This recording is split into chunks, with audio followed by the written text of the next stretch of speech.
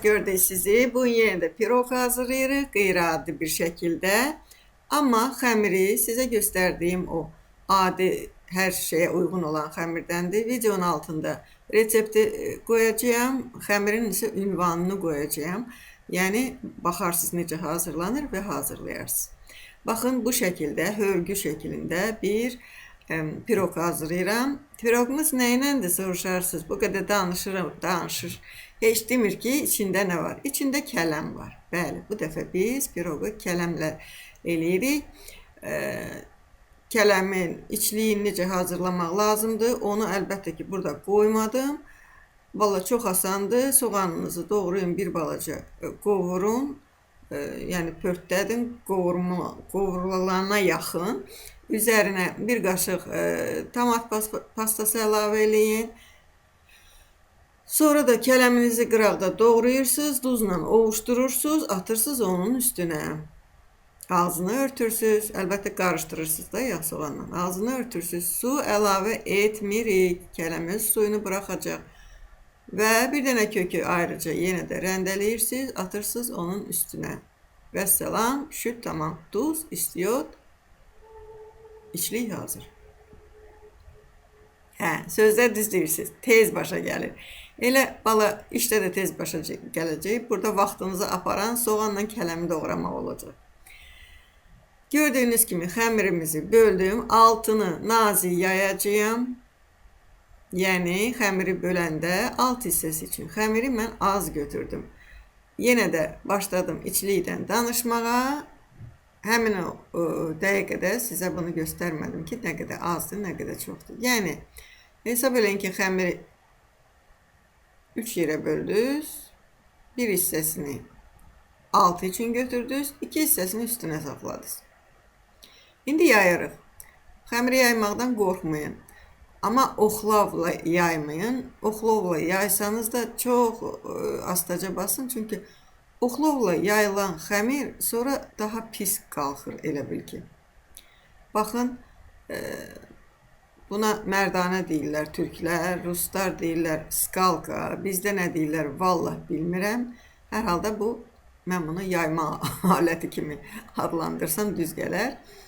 Bunu belə qəşəcə yayırıq. Qaldıranda xəmirimiz bir balaca ilə bir yığılır. Yenə də yayırıq, qorxmayın. O, kağızın üstündə, listinizin üstündə özünü buraxacaq və qəşəcə yavaş-yavaş mayalanacaq. Yayıb qutarandan sonra bizə bir yağlı kağız lazımdır.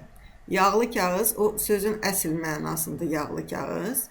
İndi görürsünüz, götürürəm taxtamın üzərinə və kağızımı gətirirəm masaya. Kağızı qabaqcadan yağlamışam. Deyirəm də sizə yağlı kağız. Yağlı olmağının səbəbi biz deməli kələmlə hazırlayırıq da piroqumuzu, əgər yadınızdan çıxmadısa. Lap istəyirsiniz ki, kartofla olsun, fərq etməz. Kağız yağlı olanda xəmirinizin, dilim dolaşdı, xəmirin altı qəşəcə qızaracaq. O yağ ona kömək eləyir. Xəmirin tərkibində yağ var, amma o kafi deyil ki, sizin xəmirinizin altı qəşəng pişsin. Kağızınız yağlı olanda xəmirin altı çox gözəl pişir. İndi üstünü hazırlayaq.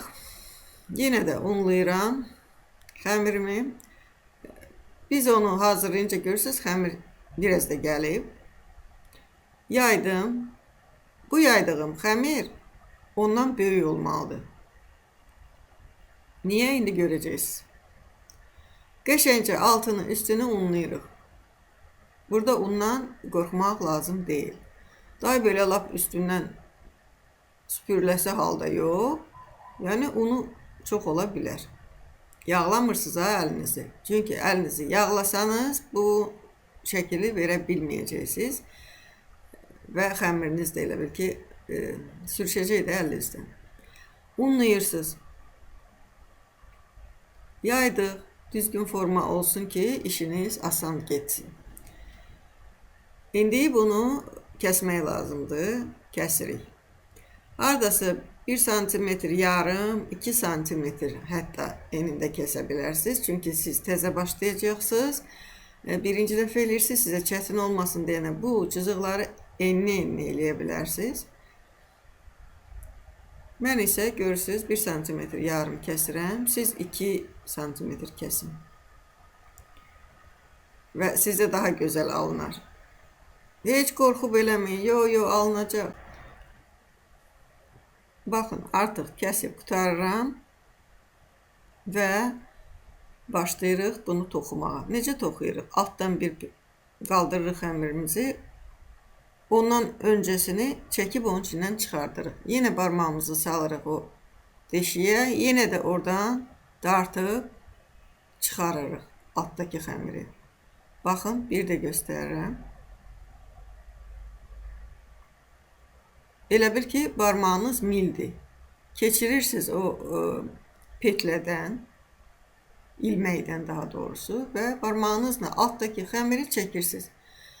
Deyirsiniz, mən toxuya bilmirəm, toxumağı bacarmıram. Belə toxumaq budur da. Yəni ki, əgər paltarlarınızda ilmək qaçıbsa, bax, bu cürə onu düzəldə bilərsiniz. Bəli. Bircə sizə mil lazım olacaq. Burada isə mili barmaqlarınız əvəz eləyir və biri ilə kömək eləyib qaldırırsınız, o birisi ilə çəkirsiniz. Sizə bir videoda göstərəcəyim. Əgər sviterləriniz, jiletləriniz, nə bilim, atkılarınız, nəyinsə ipi qaçıbsa, ilməyə qaçıbsa, onu necə düzəltmək olar? Mütləq göstərəcəyim. Baxın, burada artıq bir sıranı başa çatdım. Yenə də başa salıram. Barmağınızı mil kimi istifadə edirsiniz. İlməkdən içəri salırsınız və altdakı xəmiri çəkirsiniz.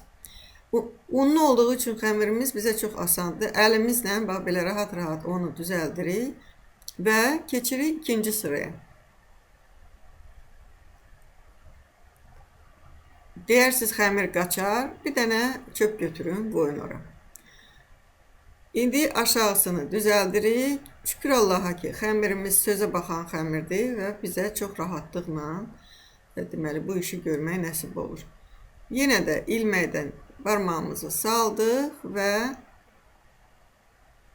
altdakını çəkdik. İndi sizə bir söz deyim. Deyəcək, başlanğıcda çaşıb qalacaqsınız. Deyəcəksiniz, ay bu ilməyi mən hardan alım? Xəmiri qaldırın, o birinci olan kəsilmiş xəmiri. Onu belə elə bil ki, döndərirsiniz. İlmək alınır. Burada da qorxulu bir şey yoxdur. Yəni, gözünüzü heç vaxt qorxutmayın. Alınmayanda alınmayacaq da. Gözəl olmayanda olmayacaq da. Ay, yamaqlı olacaq, qoy yamaqlı olsun, nə olsun? Əsas odur ki, siz bunu eləmək istəyirsiniz. Siz əzizlərinizə bunu göstərmək istəyirsiniz. Siz onların qarnını doydurmaq istəyirsiniz. Bu sizə yetər. Çox danışdım yenə deyəsən. Baxın. İkinci sıranı da axıracan göstərirəm və mənə elə gəlir ki, kafidir, başa düşdünüz. Lap yaxşı başa düşmək üçünsə xəmiri hazırlayıb, yayıb qoyursunuz masanızın üstünə. Cızıq-cızıq kəsirsiniz onu və necə deyim, trening eləyirsiniz. Aşağıda görürsünüz ki, yaxşı alınmayıb, yapışdırın bir-birinə. Qatlayın onun altına, qatlayın onun üstünə. Görəcəksiniz ki, axırda nəsə alınır. Və mən artıq işimi qutarmaq üzrəyəm. Baxın, burada məndə belə bir, görürsünüz, 2 dəfə azaldı demək olar ki, bu xəmir uzunluğu. Bunu gətirib biz bu kələmin üstünə qoyacağıq. İndi o biraz orada qalsın. Kələmimizi, deməli, xəmirimizi yayamışdıq da, yadınızdadırsa. Biz onu hörüncə, bəzək verincə, xəmir biraz özünə gəldi. İndi onun üstünə kələmimizi yığırıq. Görürsünüz, kələm özündən getmir. Biraz onda elə bir ki, dirilik yox ha, hazırdır. Amma tamam belə də xəşil-məşil deyil. Əgər bu belədirsə və bunun içində kartof da varsa, kartofa da istiot, qara istiot vurmusunuzsa, ay, onun ləzzətinə heç doymaq olmur. Mənim ailəmdə böyük qızım, mənim qızlarım yeyir. Amma ki, nə nəvələrim, nə kürəkənim kələmlə arası yoxdur. Digər bunun içinə kartof girsin. İstiyot vururam da, qara istiyot. Çünki qara istiyot kartofu bilirsiniz çox yaraşır. Onu da belə kubik doğrayırsınız, bişirirsiniz. Əvvəldə dediyim kimi.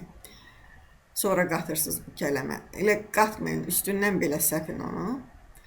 Aralıqlarını doldurun. Birinci dəfə kələminizi az eləyin, kartofu çox eləyin. İkinci dəfə kələmi biraz artırın. Üçüncü dəfə görəcəksiniz ki, elə təkcə kələmlə də bunu yeyəcəklər. Yəni, bu da sizə bir nənə məsləhəti. İndi nəticə odur ki, 2 dənə nəvəm yeyir, biri hələ qalıb, o biraz müşküm məsələdir, o heç pavidla da yemir. Pavidla ilə eləsəz bu pirogu, onu yeməz. Gərək içi qupquru ola. Bulgur yesin, qozla yesin, fındıqla yesin, xaş-xaşla yesin. Amma ki, içi yaş olmasın. Yaş deyəndə ki, nə alma, nə şəftəli, belə şeylər olmaz. Gördüyünüz kimi, oxlovumun üstünə xəmirimi götürdüm və gətirdim, qoydum bura. Mən bunu bütöv bir şəkildə də bura örtə bilərdim. Amma istəyirəm sizə göstərim ki, işte birdən sizdə belə alındı. Deməli, bu toxuduğunuz şey belə dar oldu. Neyi yeyəcəksiniz? Qorxmayın. Bunu qəşəngcə gətirib qoyursunuz xəmirinizin üstünə. Əgər belə uzununa yox, eninə götürsəydiniz, birincisi bu xəmiri tamam örtəcəkdi. Məsələn, mən götürsəydim, eləsəydim, örtəcəkdi bunun üstünü. Yox, mənim kimi belə gətirib qoydunuzsa, deməli, sizin orada bördə belə bir balaca çatışmayan yer qalıb da. Ora cürəbəcür şəkildə deməli, bəzək də sala bilərsiniz və ya yenə də bir tikə götürürsünüz, onu kəsirsiniz və 2 sıra toxuyub gətirib qoyursunuz yanına və salam. Şit tamam. Olur, bütöv. Amma ki, bir balaca yamağı var da. Nə olsun? Olsun da. Ona görə sizin pirogunuzu kimsə yeməyəcək. Ay, elə yeyəcəklər ki, ha, bəhbəh deyədi. Yenə də çöpümüzü götürürük, qıraq-bıcağını səliqəyə salırıq. Hardasa yapışan yeri var, bəlkə onu biraz aralayırıq. Hardasa bəlkə əksinə yapışmayan yeri var, məsələn, yamaq yerində. Onu bir-birinə yapışdırırıq. Çünki barmaqlarımızı ora salsaq, daha çox xarab eləyə bilərik. Balaca çöplənsə, onu qəşəngcə səliqəyə salırıq. Və salam, şüt tamam. İndi böyürdən bir balaca orada açıq yerimiz var, o başda. Ora balaca belə gül kimi eləyib qoyacağım. O da nədir? Çox asan şeydir, onu göstərməyə, vaxt aparmağa dəyməz. 200 dərəcəlik sobada 35 dəqiqəyə mənim bu piroqum pişdi. Çıxartdım. İndi buna makyaj lazımdır. Makyajsız olmur.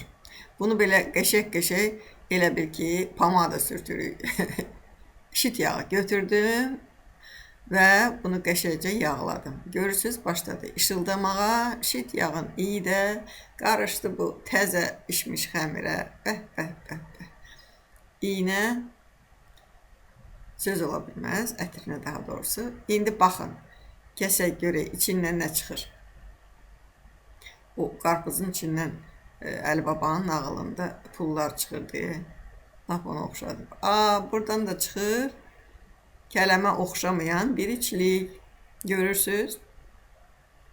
Əgər siz o pişirdiyiniz içliyin içinə duzunu, istiyotunu, nə bilim soğanını, kökünü və ya başqa bir ədava qatmışsınızsa, onun heç kələm olduğunu uşaqlarınız başa düşməyəcək. Baxın, bu da bizim balaca gülə oxşayan bir. Mən xəmiri yumurladım, qoydum da qırağından kəsdiyim şeylər idi. Deyəcəksiniz ki, çoxları deyirdi, indi day demirlər. Bunun rəngi niyə belə oldu? Ay balam, bu uca şəklini çəkdim də, bu fotoqrafiyasıdır. Belə deyək. Yaxşı, yenə də sizə can sağlığı arzulamaq istəyirəm. Xoş diləklərimlə sizdən ayrılıram və yenə də sizi gözləyəcəyəm. Videoları bölüşürsünüz və mənə yenidən qonaq gəlirsiniz. Ay bir gün olaydı sizi evdə qonaq eləyə biləydim. Hələlik sağ olun, sağlıqla qalın.